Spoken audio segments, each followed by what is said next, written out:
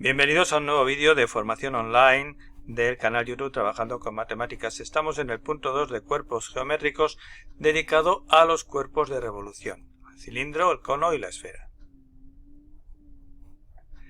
Cuerpos de revolución son los cuerpos geométricos obtenidos a partir de una figura plana que gira alrededor de un eje. Aquí tenemos un eje, ¿vale? Y el cilindro se estaría formando por un rectángulo que estaría girando en torno a ese eje. Al girar se formaría el cilindro. Por lo tanto, el cilindro es el cuerpo geométrico engendrado, creado, por el giro de un rectángulo alrededor de uno de sus lados, que está pegado al eje de giro. El cono sería el cuerpo geométrico engendrado por el giro de un triángulo rectángulo alrededor de uno de sus lados. Y la esfera sería el cuerpo geométrico engendrado por el giro de un semicírculo alrededor de su diámetro. Los elementos del cilindro. Bueno, pues tenemos las bases, que son los dos círculos iguales situados en planos paralelos, ¿de acuerdo? Este círculo y este círculo son las bases. El radio, que es el radio de la base, coincide con lo que sería la anchura del rectángulo que lo ha generado.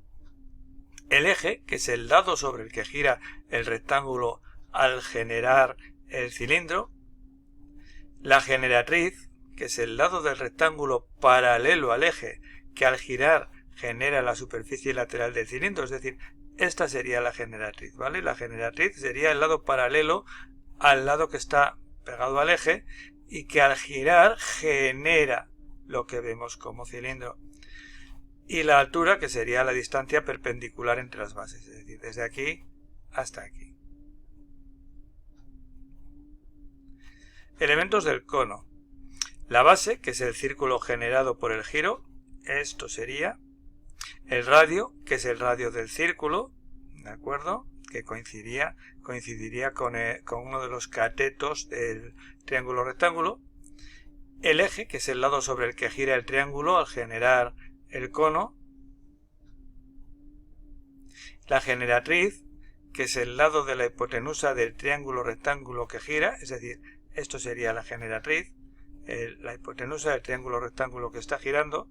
Y la altura, que sería la medida coincidiría con uno de los catetos, es decir, la medida que va perpendicularmente desde el vértice hasta el centro de lo que sería el círculo de la base.